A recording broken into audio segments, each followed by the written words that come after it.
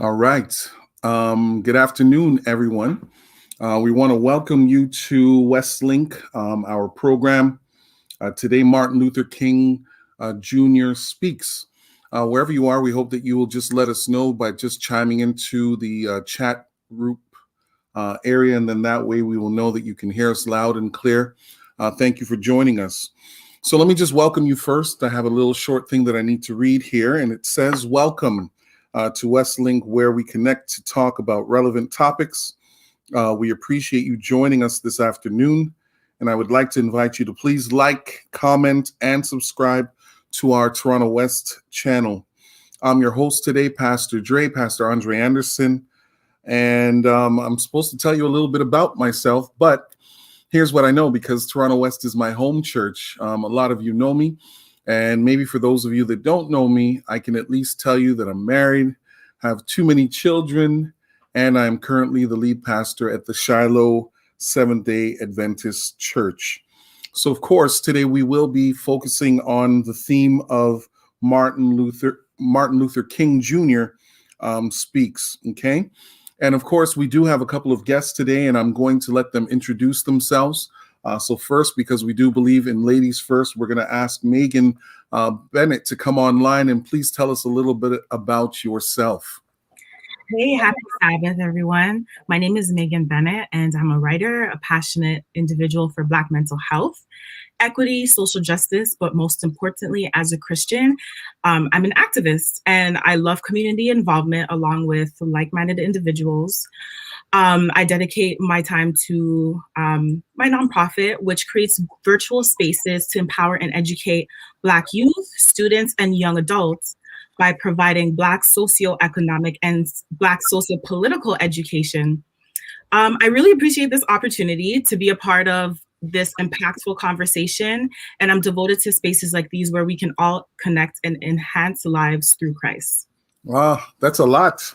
We're looking forward to seeing like what you're going to do with your whole entire life, because I know that you're not as old as I am, and already I can see that you're building something, and so we're proud of you. Let me just say that in advance. We also have another guest that's going to come online. His name is Patrick Summers. He's going to share a little bit about who he is, as well as the business that we learned recently that he is running. So please go ahead, Patrick. We welcome you.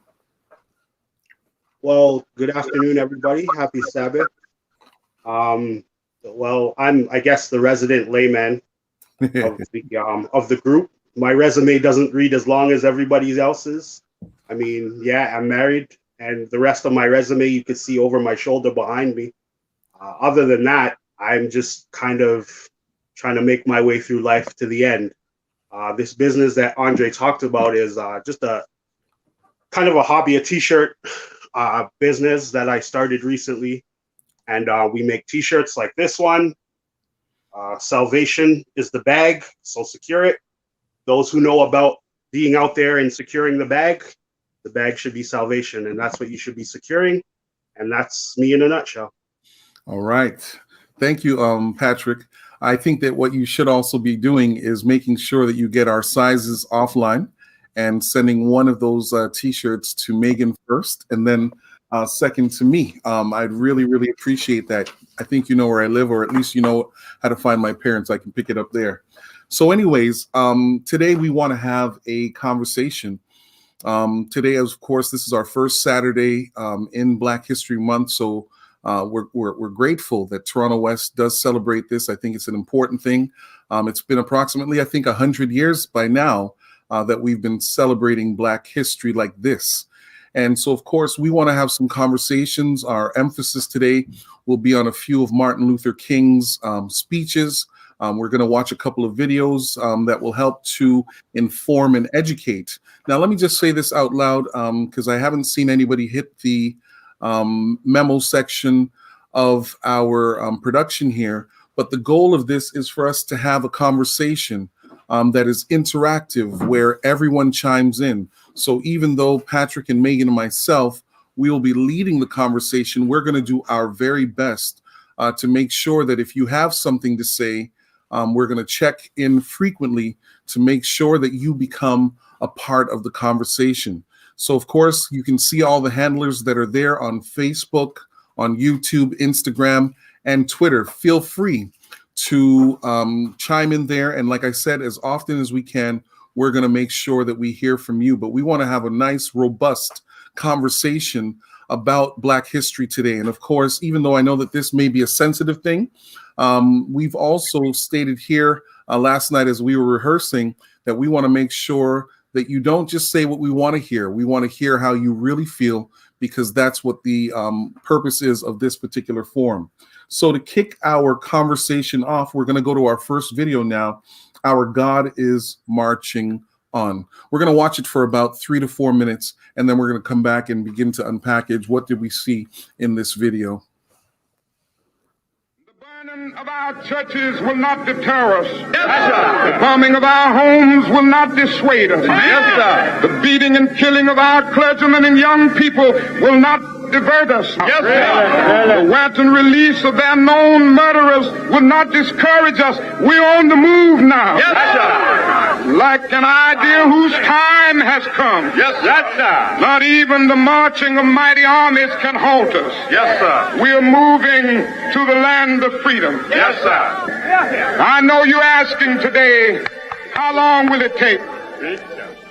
Somebody's asking, how long will prejudice blind the visions of men? I come to say to you this afternoon, however difficult the moment, yes, sir, however frustrating the hour, it will not be long, because truth crushed earth will rise again. Yes, sir. How long? Not long. Yes, sir. Because no lie can live forever. Yes, sir. How long? Not long. How long? Because you shall reap what you sow. Yes, sir. How long? Not long. How long?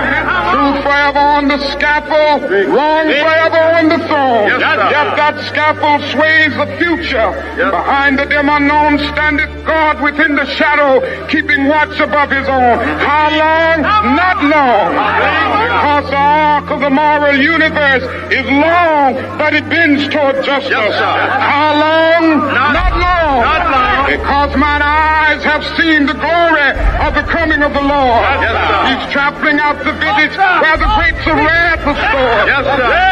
He's loosed the fateful lightning of his terrible swift sword. Yes, his truth is marching on. Yes, sir. He has sounded forth the trumpet that shall never call retreat. He is sifting out the hearts of men before his judgment seat. Oh, be swift, my soul, to answer him. Be jubilant, my feet. Our God is marching on. Glory, hallelujah. Glory, hallelujah. Glory, hallelujah. Hallelujah. His truth is marching on.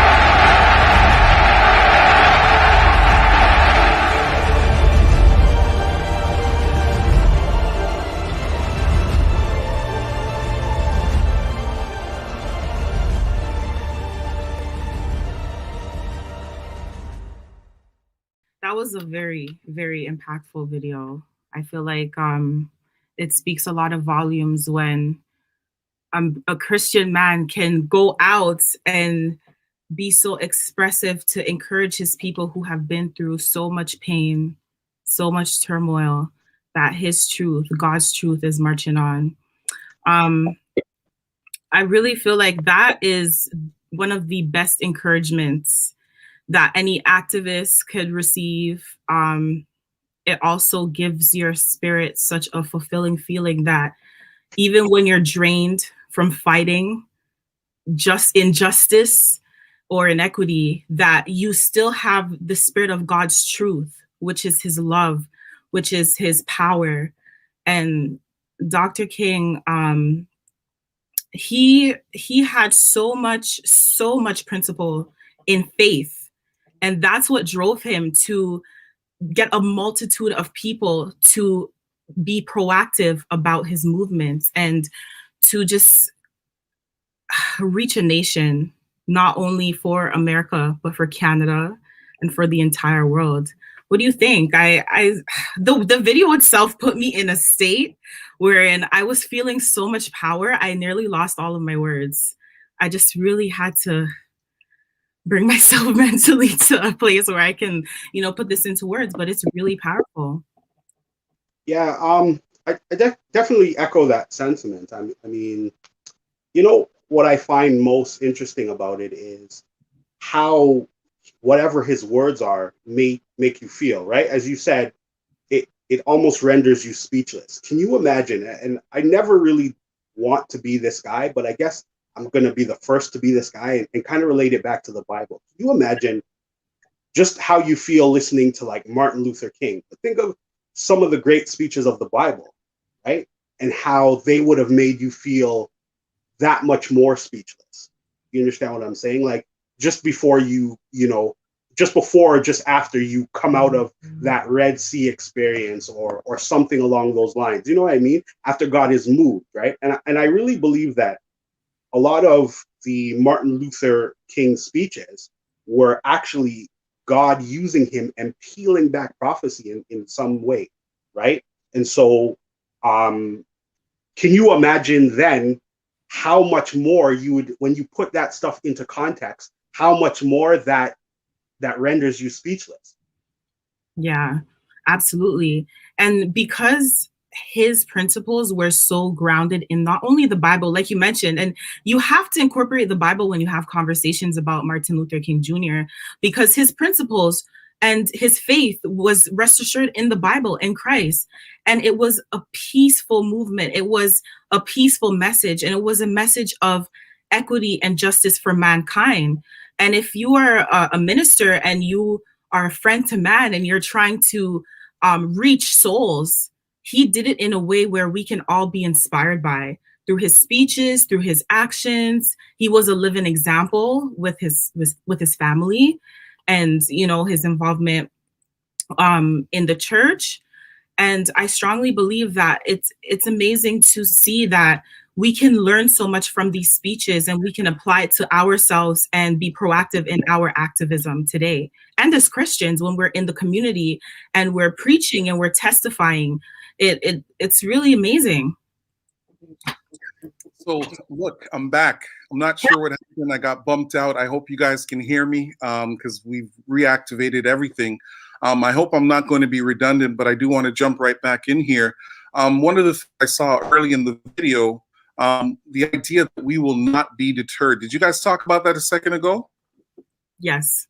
Okay, well then, you know what? Let me just jump to this next piece then, because I do have Martin Luther King's speech here. And of course, one of the things that we know when we read his speech is the idea of a physical fatigue, right? But not a fatigue that impacts one's soul. And I wonder, Patrick, if you want to chime in, or Megan, either or, but I think this is a powerful part of his speech. Our God is still marching on, because at times when we look at the news and we see what's happening, when we see the crime that happens out there, when we see the black on black violence, when we see the police brutality, there is a tendency for people to say, you know what, nothing is going to change, and so let's give up. But this lady, her name was Pollard, she said, my feet might be hurting me a little bit, but my soul is not tired. What do you guys have to say about that? I feel like when you have a spirit of resiliency with God grounding you, as physically tired as you may be, you will still keep pushing. And that woman is very much an icon for expressing, like, I am tired. My feet are tired. Have you ever felt your feet being tired? And you're tired of walking, or you've had a workout and you're exhausted, but in your soul, you still have that passion and that drive. And once you rely on God to fill your spirit up again, especially when your flesh is weak and you're feeling like you can't go anymore, your soul will remain strong and you'll keep on pushing. And just to relate to our world today, there are many times where there are adults who are working, who are spending their extra time trying to be involved in the community and trying to make change. Even activists, when they're marching or protesting, you get tired. It can be physically draining, emotionally draining. But once your spirit is focusing on God's promise, and as God marches on, your soul will march on as well. And I really believe that Once you have that anchor in faith, you will not be weary. They that wait upon the Lord. That's the verse that came to my head. All right. I hear you. Patrick, what do you want to say? Just quickly, with that being said, because I can't put it better than Megan put it, but if you look at it in the world that we're facing now, in everything, you just look around. There's so many things that can cause us fatigue, right? I don't know about everybody else, but my two kids have been going to school online for the better part of maybe 3 weeks, and it is draining. Yeah. It's draining because I'm now a grown man that has to repeat kindergarten, and I never thought I'd have to do that, right? Even though some might have thought there was a need for me to do that, I never thought that I would have to do that. And I want us to focus on the fact that, yes, those things, those external things are causing us fatigue, but that fatigue is needed in order for us to get where we need to go, right? Because in the Bible, in Revelation, those who have gotten the victory are the ones who have been in great tribulation. Yeah. I was just talking to my brother about this recently, is that the measure of those who are victorious are those who have come out of that great tribulation. So if you never were in that tribulation, or you were never tested in that way, if you were never tired, so to speak, you would never be able to really, really, truly gain that victory that God has promised. Yeah. Thanks for that to the both of you. But I want to push this a little bit further, right? Because one of the things that we find in the quote that I've now shared with you, this was not a young lady saying that her feet were tired, but her soul was not. This was a senior. And of course, as we look at the change of the church, as we look at how things are changing in North America, one of the things that we find is that we have an aging church of individuals that say, I've already done my part. I already took my kids to Sabbath school. I've already done whatever. I moved from the Caribbean, from Africa, from Europe, whatever the different places are around the world. Like, I've already done my part, and now it's time to turn this thing over to the young people. And here's the reality. The reality is, I think that this struggle that we're going through, when we talk about anti-Black racism, it's not age sensitive. It's a thing that we all do, I think, until the day that we die. And so I wonder, how important is the involvement of our seniors when we talk about Black history? Because history is not just historical, it's the history that we are currently making in the present tense. So while we do celebrate all the things that our parents did when they arrived to this country, one bush jacket, one briefcase with an apple or an avocado, also known as pear, right? They came, they did all of that, and they worked hard. But I believe that their contribution must continue, because in this idea around community, we go further together. What do you guys want to say about that? Patrick, I'm going to pick on you first since Megan went last. I'm all for, listen, there's no question that seniors have a great impact on our society, on our community, on everything. And I think they're needed. One thing I personally would stress is that we all have a role to play, right? So in this new generation, everything now is technical, right? For instance, this very broadcast, right? Normally this would be in a building somewhere, in a sanctuary somewhere. Right. But now, as you can see, because of everything that has happened, it's causing us to have to pivot, to change. Mm-hmm. Seniors like myself can't figure this stuff out, right? Like I really struggled to get on this thing. I'm still working out my camera. If you see my head tilting, it's because I don't know where I'm supposed to be. So everybody has their place. Everybody has their relevancy, but there's a need for every part. I think about the human body, and every specific body part has something that it needs to do, right? And so I don't want anybody to discount seniors, because we need them. if nothing else but for the experiences that they can provide for us, that they can tell us about, that they can share, the stories that they share, and the remembrance that we don't want to go back to what they had to go through to get where we were. But there's going to come a time where even though they have their hand on the gospel plow, they're going to get tired, right? Yeah. Just like in Numbers, what is it? Numbers 27, right? Moses gets tired and he says, look, God, we need another leader of the community, right? And therefore God goes forward with instituting Joshua, right? So everybody has their place, right? I don't want anybody to feel like somebody should be discounted. So, here's the thing, Patrick, and I appreciate what it is that you're saying. Everyone has a place. And now I'm going to put Megan on the spot. For the record, to those of you that don't know Patrick is younger than me. So I was surprised to hear that he said that he's a senior, unless that's black dye on his beard and his head. But here's the thing, Megan, that I want to come back to. Do you think that your generation is doing enough, right? Because when I look out into the pews, and this is true of Europe, definitely true of what's beginning to happen here in North America, the energy, the strength, the ingenuity, the technology, all of those things that come with your generation, I'm not seeing you guys as front and center in activism and or in leading the church as much as you should. Can you explain, what's happening? Is it that you guys are too busy? Do you not care? And I know that you're not here on behalf of all young people, but maybe it's important for WestLINK to hear the perspective of millennials or Gen Zers, so that we can understand what is it that we need to do as the generation ahead of you and ahead of that to make sure that you now see your role in helping to move Black activism forward and also keeping the relevancy of the church.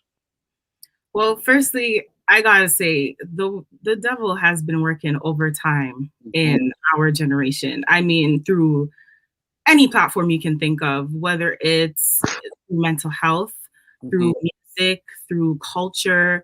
There has been a huge shift with how our younger generation interprets the world and navigates through the world compared to the generation that has passed, from my understanding.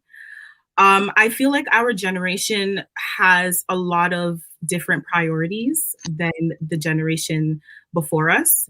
And we are living in the iGen. I'm generation iGen. I missed the millennial mark by just a year, but at the same time, I can tell that we are so invested in things that sadly don't matter, but it feels like it matters because the people around us make it seem like it's important.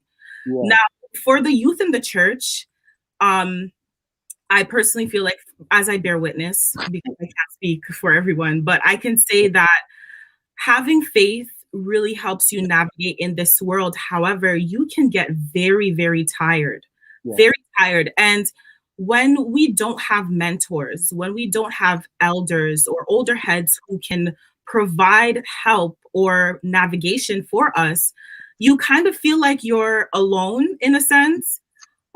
Yes, there is God and you will reach out to him, but how strong is your faith unless you have a spiritual guide or you have, someone closely watching you? It's very tricky, but I feel like just relating back to our seniors and how pivotal they are for our generation. I believe that for me, when I realized seniors were very important in my life was when I was sitting in the senior room and I was listening to the conversations.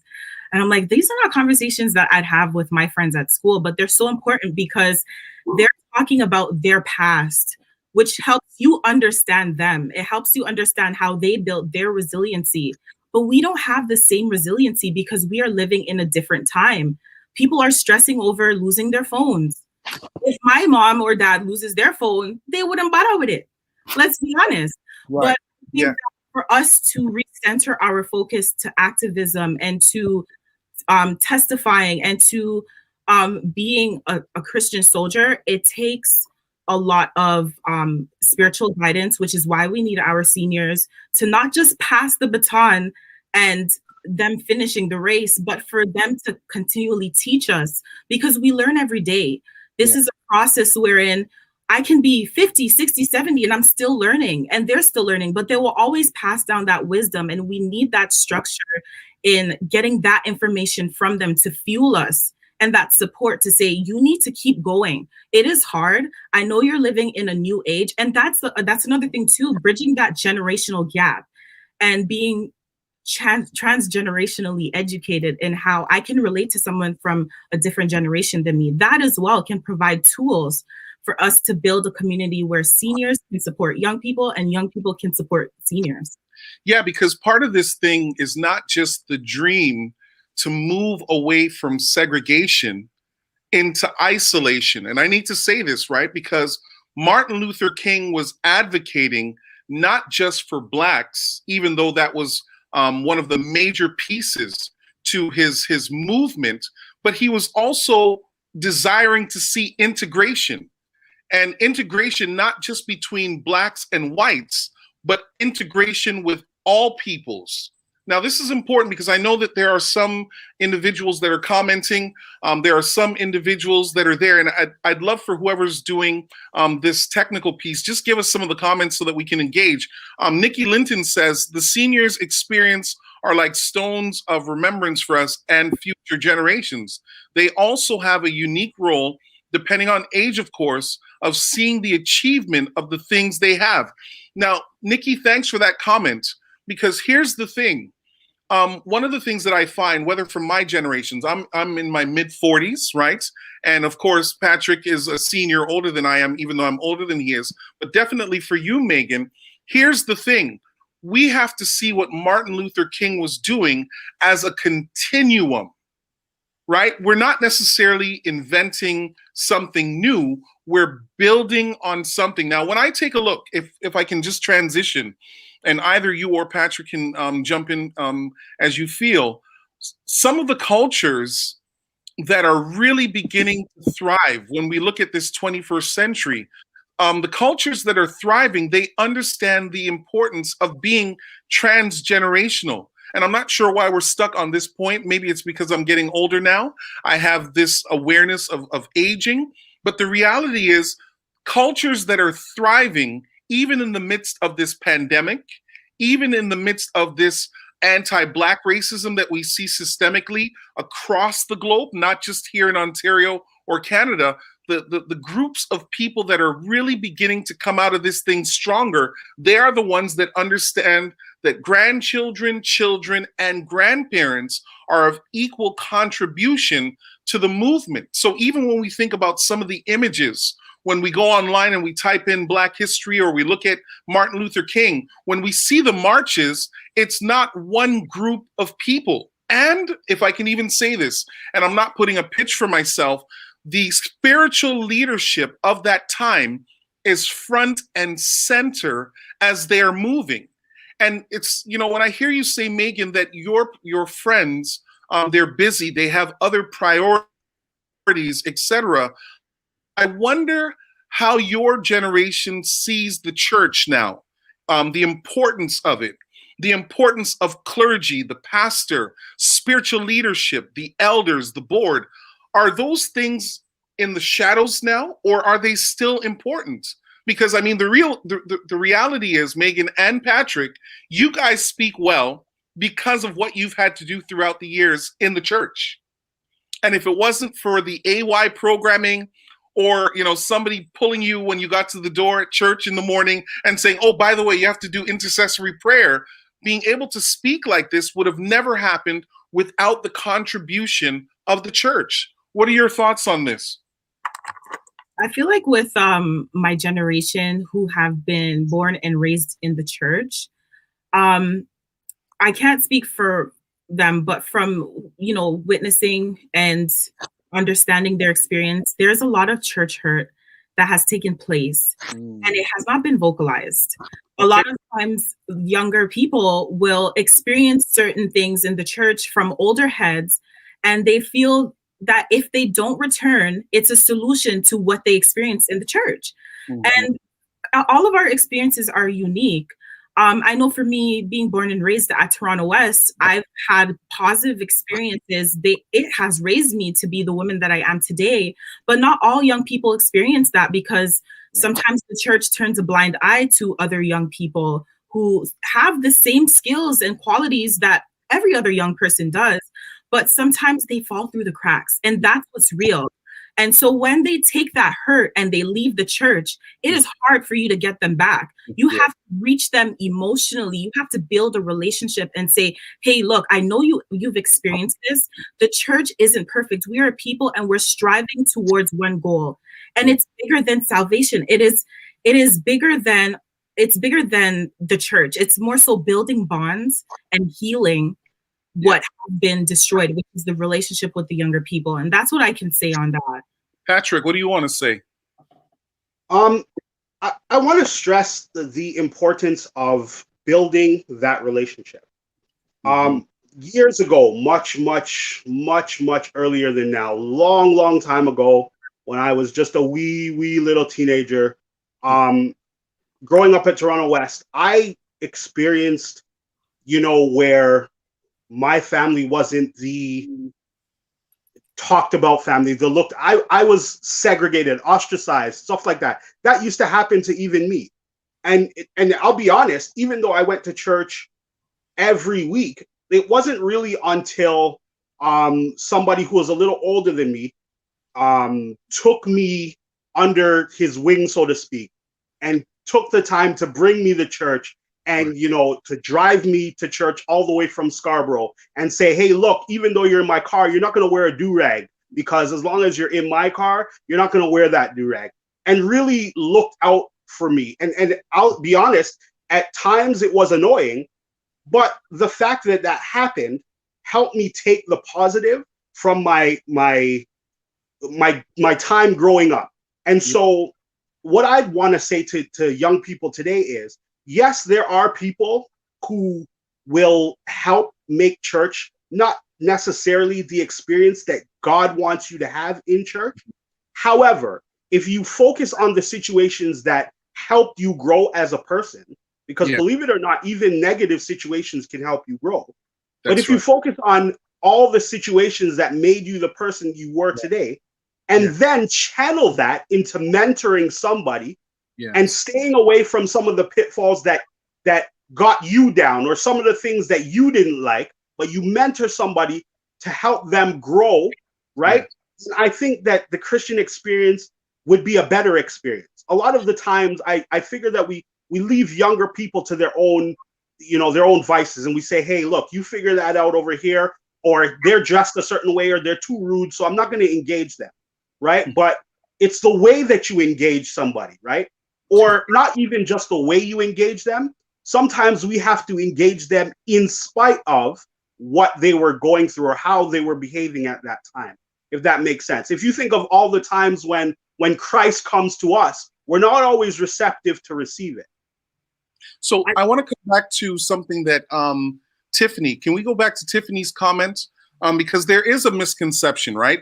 That you aren't doing enough for Black activism. And here's the question, and Megan, I want to put this back to you. Is what you guys do on social media the equivalent to marching down the streets like Martin Luther King would have? Is it the same parallel with the same pop to it? I agree with what Tiffany's saying. I feel like social media has a huge impact on how young people receive what they need to do and how proactive they can be.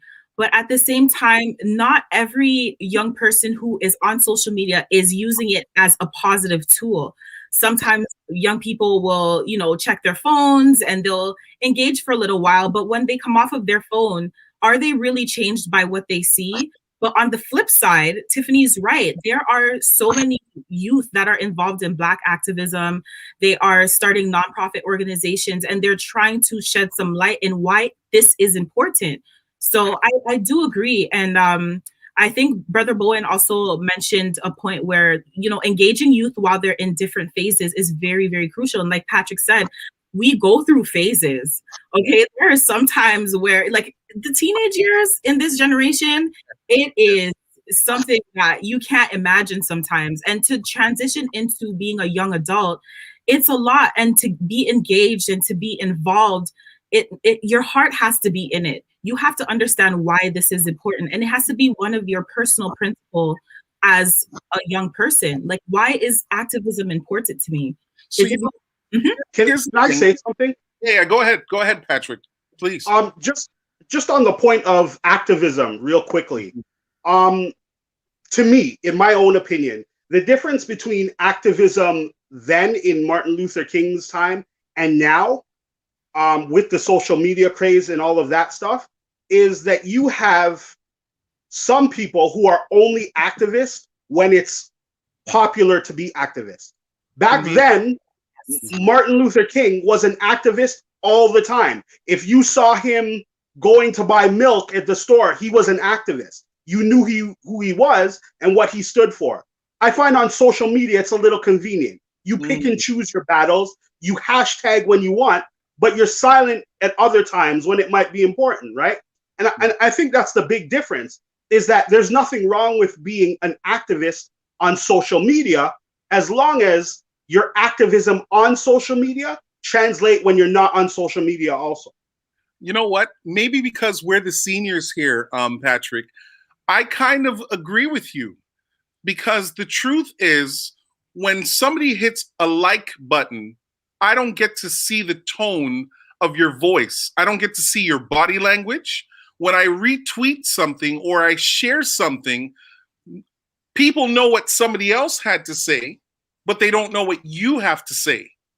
And if there's one area that I think that the church has failed, I'm not talking about the Adventist church, I'm saying the church. I think where we have failed is that we have somehow seen our religious experience as being separate from our social responsibility.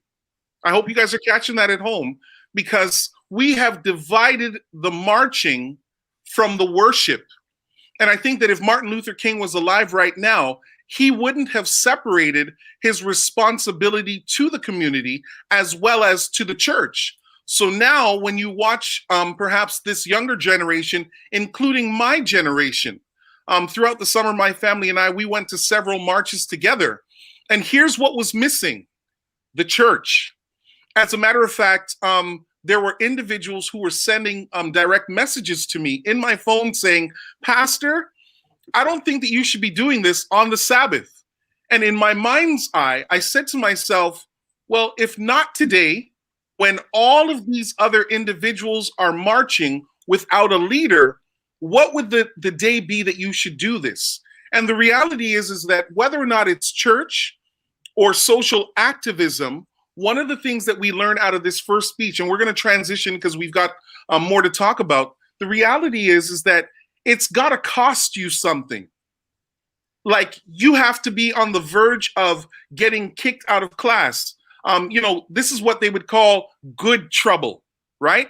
You've got to do something that's going to cost you something for the greater good of the entire community. Now, again, I want to say this: the greater good is not just for Blacks. The greater good is for the community proper. One of the things that we read in this speech is that Martin Luther King wanted to end segregation, period. He wasn't just looking for upward mobility for Blacks so that now we're flipping the table over. His idea was, if we could just do this thing the right way, then even poor whites in the South, they would also experience some upward mobility. Now, the problem is that with Jim Crow, you now kind of have this inbred fighting, so that you're looking at maybe poor whites in the South and Blacks, and now we're having this argument around whether or not you can drink at the fountain. But the reality is, you're all poor. You're all discriminated. You're all lower down in the food chain. And here's the thing. I think that the church, and you guys don't have to agree with me on this, and I hope this doesn't cost me any trouble on Monday when individuals get back into the office, but I got to say this out loud. The church is not just a place for worship. Our worship is also our activism. Okay? Amen. Janice Snaggs says this: there will be sun and there will be rain experiences in the church, but we need to be intentional in showing God's love, especially to those who we view as disconnected. Now, maybe I want to ask Janice this question, and maybe I don't know, Patrick or Megan, what does it mean to show God's love? Because sometimes that's such a flowery statement, and I'm not knocking Janice. I've known Janice a long time, and I know she has a love for people. But what does it mean to show God's love? Maybe we can spend a few seconds, and then after we've defined this, we can get to our next video immediately after this conversation, because I don't think that God's love is always passive. I don't think it's flowers and roses. Because if we say that God demonstrates love in that while we were yet sinners, right, Romans chapter 5, Christ died for the ungodly, then sometimes love isn't handshakes and pats on the back and, oh Lord, kumbaya. I think love at times, it's aggressive and it's assertive. What do you guys want to say about this? Well, if I can quote the great scholar Fred Hammond, who said, it's not just what you say, it's mostly what you do, right? It's simply getting in the trenches, right? Like, whatever resource you have, if you're able to use that to help somebody else or to bless somebody else, I think that that's love in a nutshell, right? I can't always give you the last dollar I have, but I can always, if I'm driving, drop you somewhere or take you home or give you food or, something. Those things, the church always talks about ministry, and we need to be engaged in ministry. That stuff is not only preaching and singing. That what you do for somebody or how you can be a blessing or a help to somebody, most of the times is the biggest ministry that there is in the church. Yeah. Megan, would you like to have the last word on this segment before we transition into our next video? So for those that are working behind the scenes, please queue up our next video. Yeah, I feel like showing God's love in a way is being patient with anyone who you're working with. If you're trying to change someone's heart, for example, Martin Luther King's method of reaching the public and also facilitating like activism was being peaceful and like reaching out to his enemies in a very cordial way. And I feel like that was a way of demonstrating how God was working through him, because he had very civil methods of getting equality. But at the same time, in this day and age, we have to get aggressive in a sense where if we're protesting for something, the government, for example, can turn a blind eye. If you're marching, you could be marching for 300 days straight, and the government will turn a blind eye to your community's issues. So I feel like you need to use your discretion as to how you are going to approach a social issue. And as a Christian, you need to be wise in how you address certain things. Yeah. I was a bit conflicted last year when it came to protesting with Black Lives Matter Toronto, because a lot of Christians will tell you, well, you shouldn't be protesting, you shouldn't be screaming and acting all aggressively. Yeah. But then when I thought about it, my God gets angry and I get angry too. I'm a human being and I have emotions. I'm an emotional person. So if I am angry and I'm enraged, especially when my community has been oppressed, there are lives dying, my kinfolk are dying, I'm going to be on the front lines and I'm going to be expressing myself the way I feel. Yeah. And I think that's okay. I think it's totally okay. So love, going back to the question, God's love can be expressed in ways where I feel like it reflects his character. Yeah. Wow. This is just like the first lap of our conversation. At this time, we're going to transition over to Are We Still in the Not Long? Let's take a look at this video, and then we're going to come back and talk about it. Thank you both. I mean, this is a great conversation. Part of the dilemma now, that people knew that Negroes were being denied what was guaranteed to them by the Constitution, by the fact that they were citizens of this country.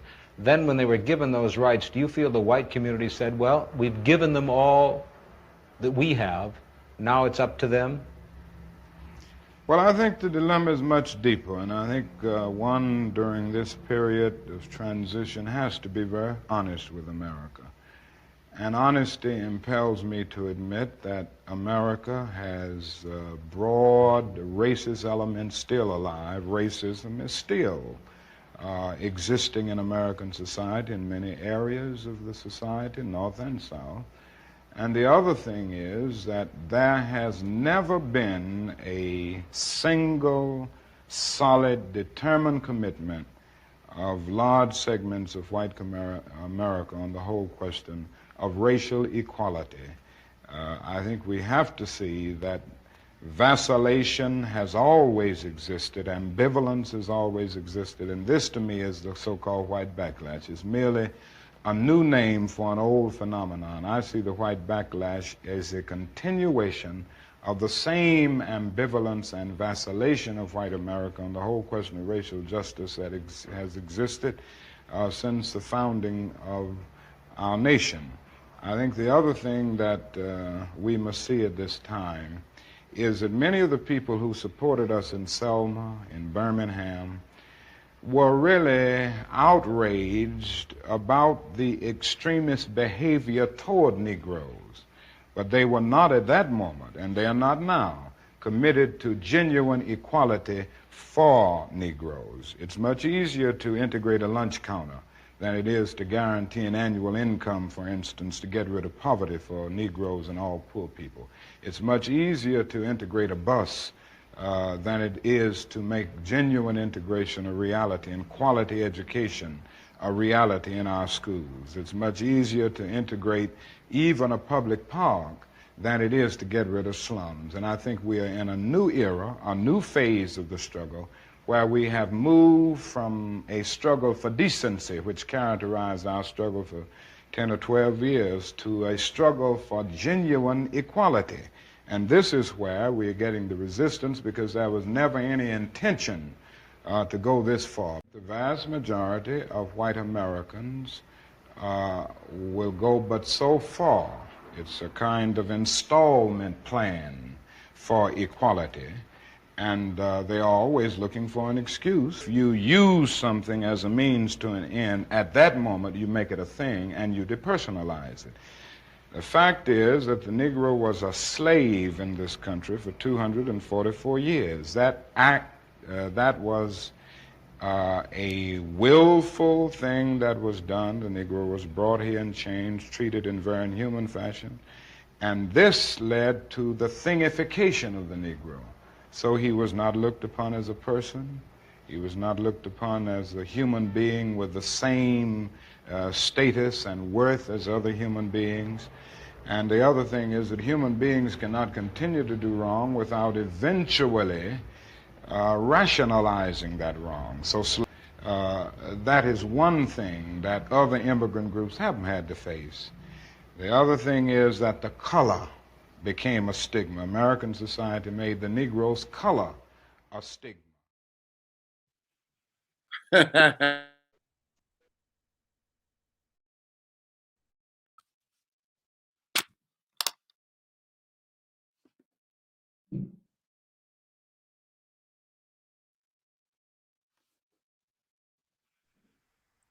Wow. Can you guys hear me? Yes. This conversation is incredible. That video is absolutely incredible, because now we're transitioning into what does equality look like? You know, you've got a lot of different schools of thoughts that say, you know what, just keep your mouth closed, keep your head down, and sooner or later something's going to change, right? That's one perspective. And then as we listen to Martin Luther King Jr. in that last segment there, we recognize that maybe we've already been more than patient. At the time of which that video is captured, it's he's recalling the reality that 244 years is a long time to be enslaved. And why should the Negro be satisfied with this installment type of process, to which instead of you giving us what is due to us and required right now, you want us to wait for 10 years to get this, then another 10 years to get that? I mean, look at what really happened on January the 6th, right? I know that all of you would have seen this just south of the border, right? History was made. I mean, history was made with Barack Obama, and we saw all this birtherism thing where, you know, is he really an American citizen? And that almost began to overshadow all of what he was doing. And I'm not here to advocate for Democrats versus Republicans, but it just seems as though every time we inch a little bit forward, there's always some kind of pushback, not because we're not doing the work well, but it just seems as though America, North America, doesn't like the skin contribution. So what do you guys think? Should we be satisfied? Do we need to say enough is enough? Do we go back to this idea around God is love, and so therefore, since God is in control of everything, it'll happen in his time? What do we do? Patrick, Megan, what do you guys think we ought to do? I believe God is love, but God also taught me that ask and you shall receive. So if I need something from you, I'm going to ask. And if it falls on deaf ears, I'm going to ask again and again, and I'm going to explain to you why I need this. And this is why activism is very important. You have to understand how the systems in this world work. And in this world full of sin, you have to understand where to navigate. Who do I talk to get what I need? Yeah. Who do I reach out to? If you're protesting, who do I contact to send an email and say, okay, this is what I need to do. This is what I need from you. You need to make demands in this day and age. Otherwise, you're not going to get what you want, because as we mentioned before, the devil is working overtime. Mm-hmm. And as Christians, we need to find that boost to say, okay, we are fighting back, but not in a way where it's offensive and not in a way where it's going to tear anyone else down. But we need to show them why this is important for us. I am a human being. I need this, and this is what you will give to me. Yeah. Patrick, what do you want to say? Okay, here's where I become Mr. Unpopular. What makes you think you were popular earlier in the conversation? Just keep doing you. Well, you were agreeing with me, so at least I thought, you know, at least. But listen, I am of the mindset that we are at a point in Earth's history where things are constantly trending downward. So I am of the mindset that the equality that we're looking for, we're not really, really ever going to achieve until we get to heaven. Hold on. Now, does it mean we stop fighting for equality? That's not what I'm saying. If you are an activist, for example, you have to be an all-around activist. You can't be an activist that only is upset because Black people are downtrodden, because you're a citizen of the kingdom of heaven. You're a Christian, so you're a global citizen. That means that it's just as important for Black people to have equality as it is for indigenous people to have equality. And if you're only upset because Black people don't have equality, but then you see injustice in the indigenous community, for example, and you say nothing, then I have a problem with your activism, because it only looks like you're kind of salty because you're not on top. I believe that, like I said, the true nature of the harmony that we're looking for, the equality that we're looking for, we're not going to achieve until we get to heaven. There's no way that the devil is going to say, you know what, I'm going to let up on this and let everybody come together in unity and love each other while you're here on earth. That's not going to happen, because he's not of love. He's not going to do that, right? I believe he's working overtime to keep us segregated from each other, because he knows where there's love, there is God, and where there's God, there's victory. Well, so hold on. You get to respond, because now I'm sitting forward in my chair, because you got me now, okay? But if I follow that line of thinking, then there's really no reason for Jesus to walk on this earth and do all of what he does for humanity, for those that are poor, those that are sick, those that are whatever, he can simply say, because I know I'm going to die on the cross, I'll leave all of these human conditions for right now because I am coming again. And I don't think that that's what the gospel is advocating for. I don't think that we have to say that because we don't believe that there will ever be true equality, that we are not active as a verb in our activism. Talk is good because that creates a dialogue, but somebody's got to do something with the system. No, Patrick? I'm not saying that you don't have to. That's not what I'm saying at all. There is a benefit. In fact, it aids your salvation. It brings about your salvation when you're out here doing stuff. Yes, Christ was the biggest social activist that there was. But at the same time, fire begets fire, right? In order to be that good Christian that's seeking to bring about the word of God in people's lives, or bring about the kingdom of God in people's life, that requires you to be a social activist. That requires you to hate injustice. So I'm not saying that there's no reason to fight for social equality or any of that stuff, right? What I'm saying is, when you're doing so, do so with the expectation that at the end of the day, the devil has to do his job, right? He's gonna do his job. Those who think that we're gonna all come together like Martin Luther's dream and hold hands and here on the earth, I personally, that's just my opinion, I don't think that it's gonna happen here. I think it's gonna take some divine intervention for it to happen. Go ahead, Megan. I do want to say fighting for equality is fair, but I think at this point we need equity. And what that is pushing forward all of those oppressed people, like Patrick mentioned, Indigenous people. Like, for example, the Black Indigenous people of color is a movement that has been pushing our communities forward by providing resources that are particularly meant for us, because we have suffered years of oppression. And it's once we reach for equity, and once we find what type of strategies we need to apply for, whether it's Black and Indigenous youth or seniors or adults, I feel like we will get to where we want to go if we know how to fight the system. There's so much systemic racism around us through the education system, through the healthcare, through the judicial systems.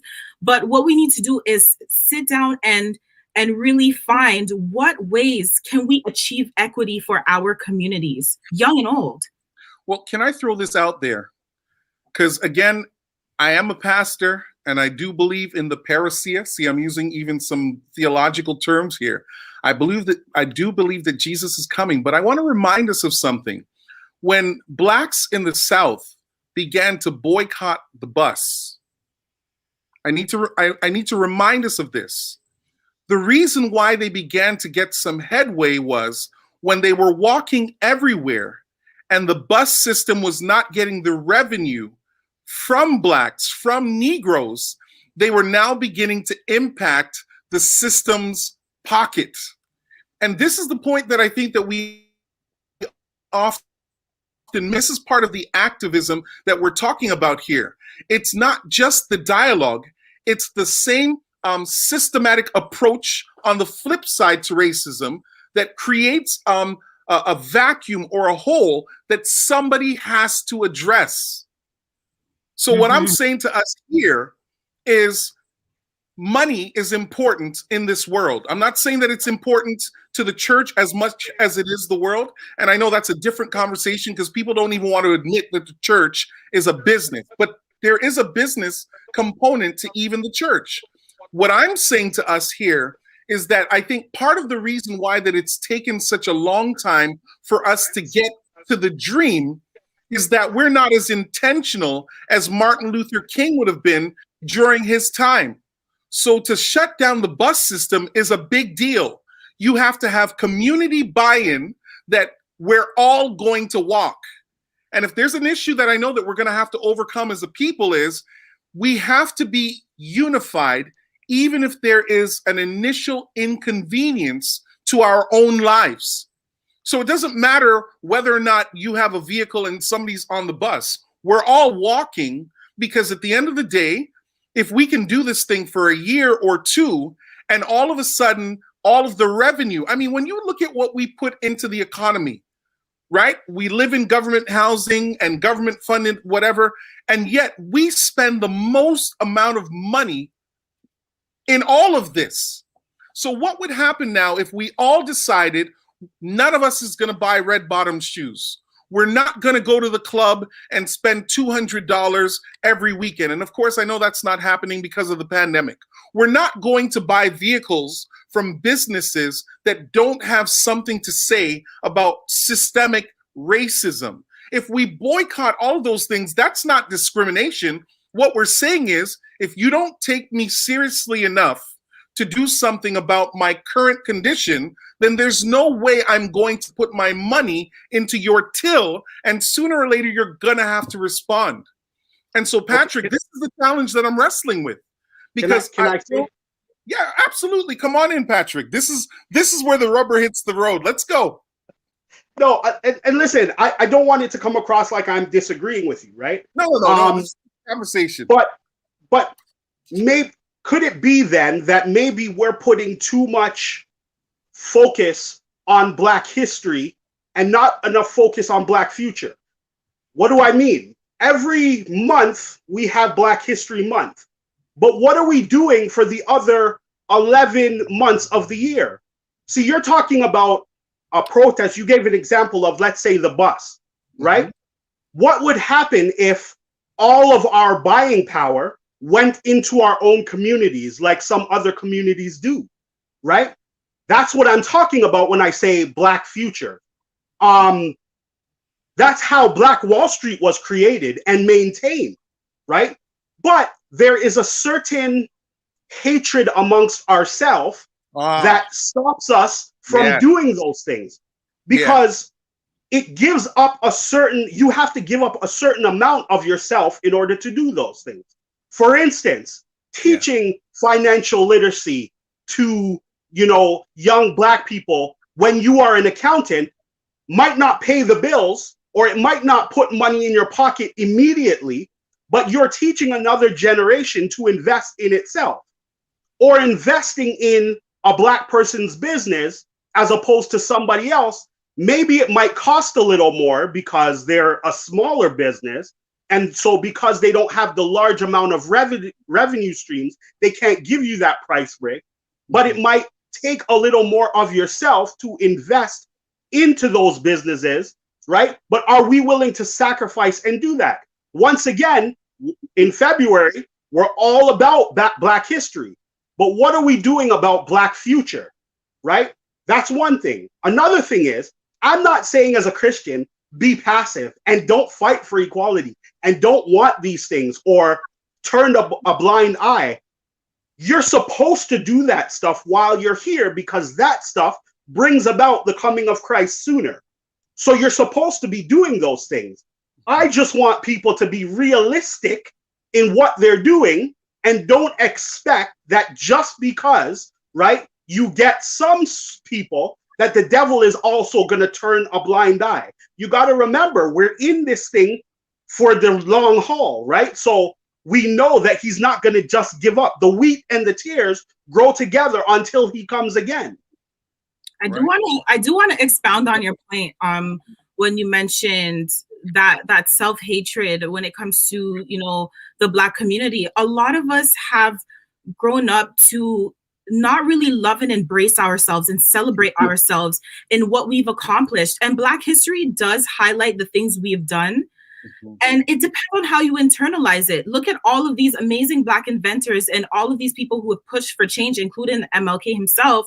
But it also begs the question, what am I going to do for my community and other communities who need me? What kind of skills can I build on to be a tool for my community to say, okay, if I'm an accountant, I'm going to teach financial literacy. It could be at church, it could be an AY program, but I'm going to teach financial literacy so that young people don't spend off their credit cards, for example. Another thing could be being versed in the health ministry. How can I educate people so that they can understand their value and how they can better themselves to teach others? It's a chain effect. Mm-hmm. We literally have to build on our skills so that we can work together and we can fight together. It's about unity. It's about saying, you know what, if we're going to boycott this streaming service, for example, because they're not giving enough Black representation, that's what it means. Or if it's anything else, it's our duty to play our role and to develop ourselves so we can help build other people. Wow, this thing is powerful. And maybe let me just put the term out here.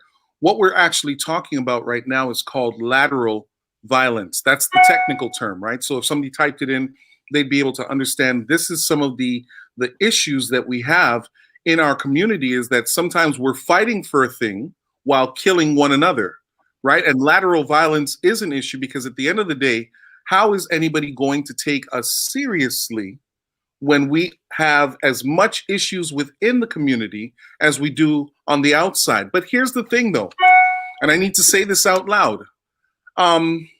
We also have to understand that some of what we experience within our own communities are a result of the microaggression that we experience in the system, right? So for example, it's good that we've got this sandwich here on the screen, right? Patrick and I are a darker hue, and then we've got Megan in the middle. She's a lighter hue, right? And we celebrate our blackness, right? But when we go into certain spaces, right, let's be honest, not everyone in Hollywood is looking for a Patrick or Andre complexion. They'll go out of their way to find a Megan complexion and lighter. So at the end of the day, when we begin to think about what looks smart, what looks intelligent, what sounds intelligent, what looks articulate, the images that we often see create this tapestry that is not consistent based on what we look like as people of color. So maybe I want to kind of bounce a little bit around and head back to the educational system.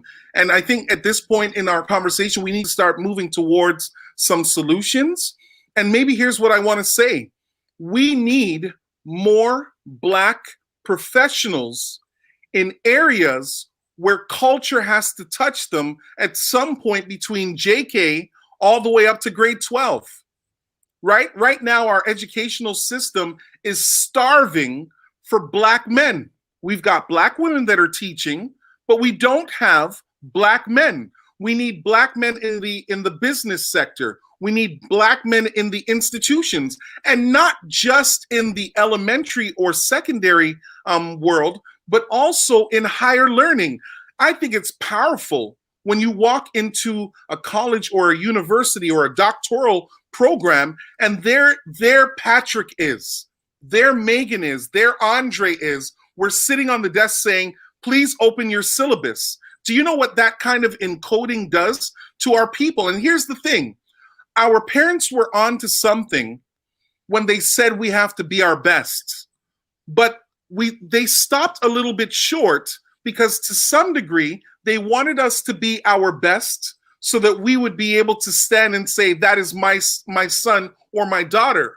Where they could have gone a little bit further is really downloading into the children, the first generation children, the importance of being our best, not just for the family, but for our Black community. And I'm not saying that other communities don't matter. I'm saying right now, Black is on the table because we watched George Floyd die under the knee of the system. How do you get to kill somebody, get fired, and not get charged with murder? What job do you know out there that you can kill somebody and go home and have a barbecue and watch Netflix videos the entire season for several months before somebody actually comes to get you?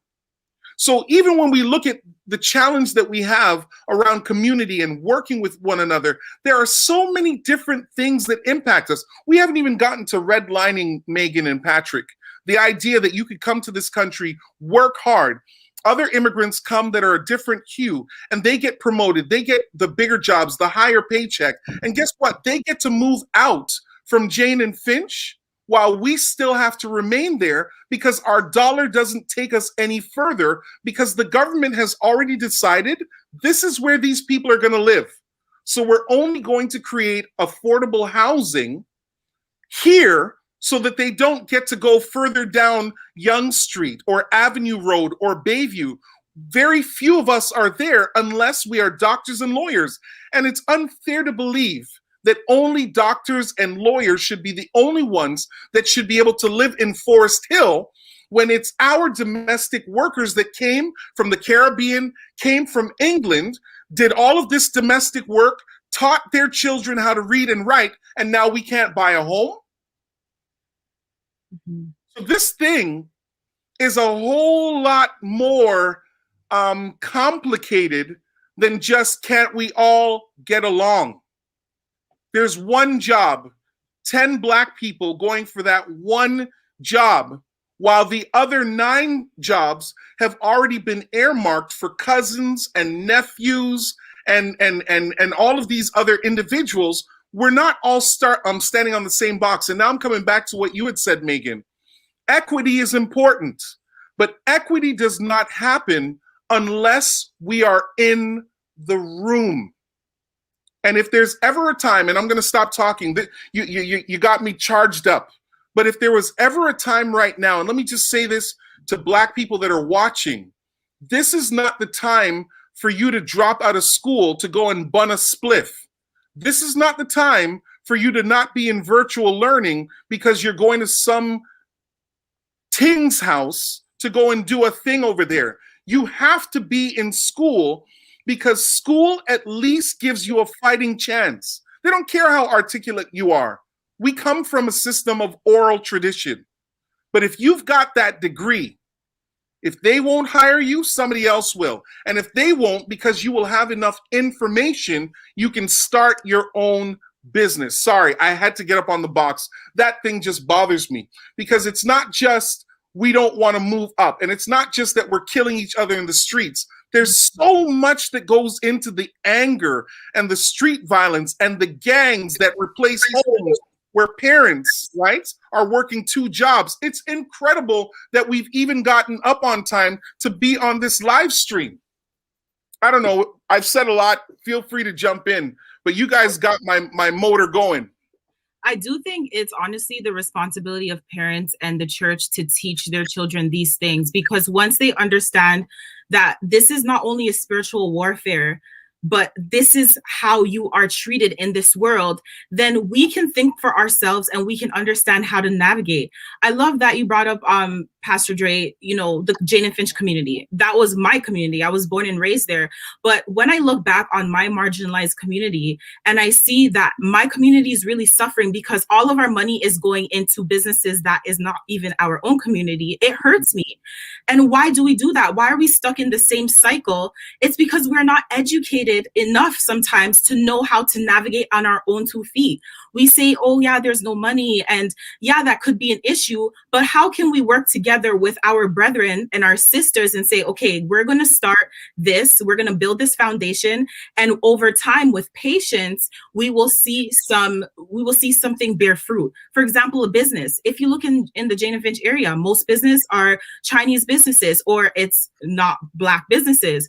How can we change that? How can we reinvest in our community by providing education for our youth, by providing resources for our youth, mental health resources, for example? If I need a therapist, can I go to my church and get counseling for example, depression or anxiety? If I am faced with, stress at school, or if I'm faced with different things, can I go back to my parents or my church for that support? So I feel like sorry to interrupt you. You just made a point. I was just having this conversation. I apologize, but I know because of my age, I'll forget. You make a very important point, because I'm going to show you how even systematic racism impacts the church on mental health. So once upon a time, the pastor was trained. He or she may not have had all of the different skill sets around counseling, but they helped to get a lot of people off the bridge from jumping. So now watch what the system does. Because the pastor is the go-to individual for many Black and brown individuals, what you do is you create all of this different certification, right? So now if the pastor, through his or her training, is still equipped because of whatever's happened at the seminary, if they now try to practice without having this additional certification, the work that they're doing is not a healthcare professional. I want you guys to see how layered this thing is, so that every single time we meet the benchmark, there's always this recreation of another step and another step to get certified for the things. Look, as Black people, we don't have coverage. Our jobs, they are hourly wages. Please tell me, when you can hardly afford a can of bully beef and some basmati rice, how are you going to be able to afford to pay for a mental health care person when you don't have coverage for work? And if you take the time off because you've saved up enough money, your next paycheck is short because your employer is not going to pay you for time when you did not show up. Yep. I'm not waiting for Jesus to come. Let me just say this. I'm a pastor. I believe in Jesus. I believe he's coming. But in the meantime, because we don't know when he's coming, we have to look at the generation behind, Patrick, your children that are on the wall, right? And Megan, if you decide to get married and have your own kids, and I have a young family as well, the reality is we have to look at them and say, am I doing all that I can to make a dent? Martin Luther King did his thing, but at some point, we're going to have a new name that emerges from this generation. How long are we going to talk about the activism from 1965? Isn't it time for Patrick's name and Megan's name and all of the different names of the millennials who know how to build a website and do apps and all of these different things, and you know how to work remotely? At some point, you're going to have to do more than just say, isn't this sad? There's got to be something behind it. I just want to say again, I don't want to be taken like, oh, I'm waiting for Jesus to come to do stuff, right? Like, because I know you're a little older, right? So you're gonna forget. But what I'm saying is, like I said, we shouldn't be waiting for Jesus to come. I'm saying now, just what you're saying. It's time to transition from Black history into Black futures, right? For so long, we've been focused on Black history. There's nothing wrong with looking to the past. That's fine. We can look where we came from. But sooner or later, if you're walking backwards, you're going to fall over. That's just simple physics. I think it's physics. It's science anyway. I don't know. School wasn't my thing. Numbers. Right. So I want us to now, since we've been looking back for so long, let's start to turn around and start to look where we're going and start training and teaching and encouraging and sowing into the future. Okay. And to add to that, like looking towards the future is also hearing the needs of people today. Yeah. What needs do we have? What needs do young people have? Like whether you're a student or a young adult or a senior or an adult, what needs do we have, and how can we help or meet your needs so that we can grow as a community and heal as a community and move forward from this? So I think ministry has a key role within our churches in helping some of these people who really need help. Ministry is very vital, but we have to be intentional with how we minister to the people in our church so that we can minister effectively to the people in our communities. So here's what we're going to do. We're going to watch a video now from Mahalia Jackson, And then when we come back, I'd like to get some final thoughts from both of you. And then we will close this out. I think we might pray to end it. That's a good thing. Maybe Black to the Future.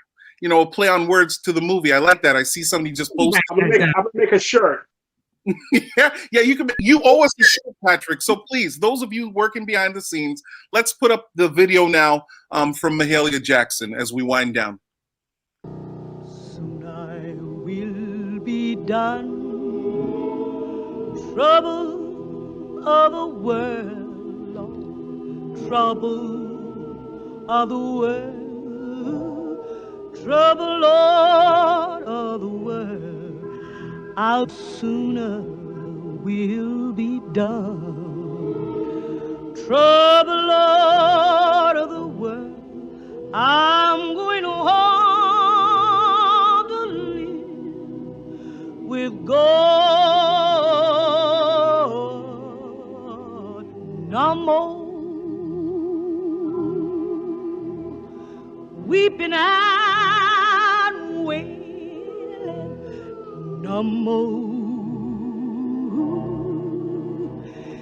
weeping and wailing, no more weeping and wailing. I'm going home to live with my Lord.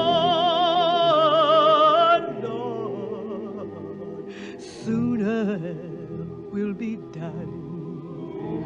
My trouble of this world, oh, my trouble in this world, Lord, my trouble in this world, Lord, how sooner will be done.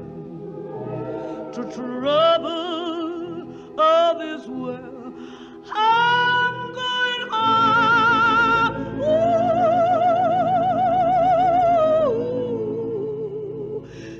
To live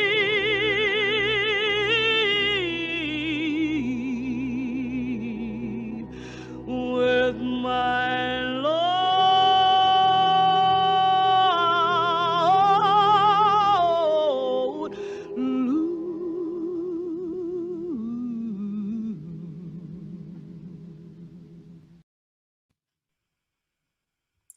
Yeah, let me just do this for copywriting reasons. That video from Mahalia Jackson comes from a movie called Imitation of Life. Okay, so we need to say that to make sure that we're sticking within our copywriting. So here's the thing that I want to do here, Megan. I would love for you to, well, I'm going to have you go last. Patrick, would you mind? Do you have some closing words? What we're looking for, and maybe I can just direct it in terms of what can the church do to now move us forward with activism, especially now that we're looking at this in the first Saturday in February 2021, where we know issues are still running high. Do you have some solutions for us? And these are closing thoughts. You want me to be brief? I want you to be as brief as Patrick can be. Remember, I've known you your whole life. So brief for you is sermon length. So let's just pretend that you're preaching in another church where you can see the stopwatch going, and I'm going to give you 1 full minute. Well, first of all, it's important to note that my initials are PS. So I really am never finished. But for the purposes of our time, there's a lot the church can do. And maybe I should say this, to start out, if we're looking at the very, very basic of what we can do is just build relationships. That doesn't cost you anything in terms of money. You can build a relationship. Somebody in your congregation that you haven't seen or heard from because of this whole pandemic thing, reach out and find out how they are. What that does is it lets them know that you care, that you have their back. rule number one of war is that if you're going to war with an army and you don't like the soldier next to you, if he's on your team, you're not going to want to fight for him, right? So since we are gearing up for a fight, let the soldiers in your army know that you have their back. I think that at the very basic, at the very grassroots, that's what we can do. If I know that Andre has my back and will call me out on my foolishness, then guess what? I am going to give my all because I want to make sure I have his back also, right? And so that's what we can do to start with. Making sure that we have each other's back, that we're loving each other, we're showing the love of God to each other, which means that we're going up and above what they need at the time, and we're sacrificing and giving of ourselves to them. What else we can do? There's so many things we can do, but sacrifice yourself for somebody else, right? The Bible says that's how we know that you love one another, is that you lay down your life, right? So that's what we should be doing. We should be aspiring to be like how Christ was, who would lay down his life for us. Thank you. Megan? Firstly, I think it's important for us to look within ourselves introspectively and see where we are individually and where we need to grow, and be honest with ourselves. If you're a part of the body of the church, what is it that I need to do for myself before I'm involved in this union? Because if you're not right with God and you're a part of this link, then how do you think the church is going to function? So I think it's important to think within yourself introspectively. And also, it's important to deconstruct performative activism. If you're really an activist, it's a lifestyle. So it's going to work, it's studying, it's the way you interact, interpersonally react. And it's important to become interpersonally intelligent. How do I talk to my brother or my sister? How do I talk to a friend? And how do I keep an open mind? So if someone is trying to address something that I fall short from, how do I grow from that? So I think it's important to learn how to navigate interpersonally in the church, in our community. And I also believe that being intentional about anything you do plays a huge role. It's very impactful, whether you're in ministry, whether it's, the simple tasks that you do. It's important to be intentional, and it's important to stick to your word and be true to who you are and have Christ as your anchor, especially in these times, in these perilous times. So I think that's all, and being mindful of your own mindset. Can I maybe even add something to this? As a pastor, I want to just throw maybe something in here for us to consider. Historically, we do evangelism in a certain kind of way. We have a 3-week series. We bring the best of speakers, the best of praise team, etc. I want to challenge the church and myself to begin looking at what does evangelism really look like. If you help somebody to get off of food stamps or graduate from high school, I wonder if that's not as impacting as a 3-week series, which doesn't address the issues when somebody goes back home. I think one of the things that the church has to do is also focus not just on the message, but also the quality of life of the individuals that it is dealing with. And I think that, it's been good. I mean, as an Adventist church, we are students of the word. I love the way that we teach the Bible. But Jesus was the word. And he used a mixture of sermon and assembly to make the message come alive. I think the reason why Martin Luther King and even Malcolm X, Marcus Garvey, and some of these other activists, and yes, I am sticking to Black activism, Rosa Parks, Fannie Mae Hamer. I don't want to just do male and female. I even want to say Barack Obama and Michelle Obama. What makes them impacting is they have a plan, and a plan is only as good as its execution. So in the church, one of the things we don't always do We don't have strategic planning because we think that it's a business term. But show me a business that's thriving without a plan. When you don't plan, you plan to fail. And so for those of you that are watching here, here's the thing.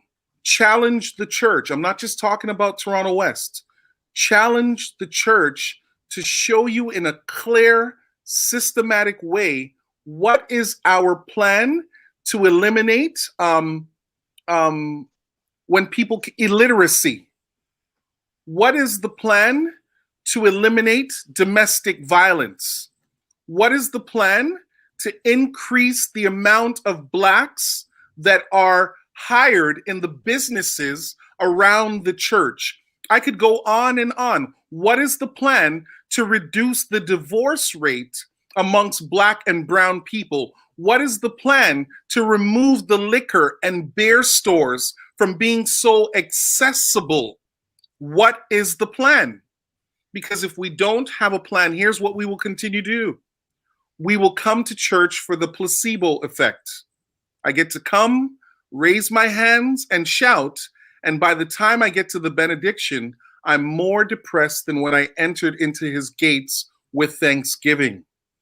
I think that what allows us to enter into the gates with thanksgiving is because there's been some type of transformation that has occurred since the last time I came to the temple. We need to do life with people. Andre, I see you. What is the plan?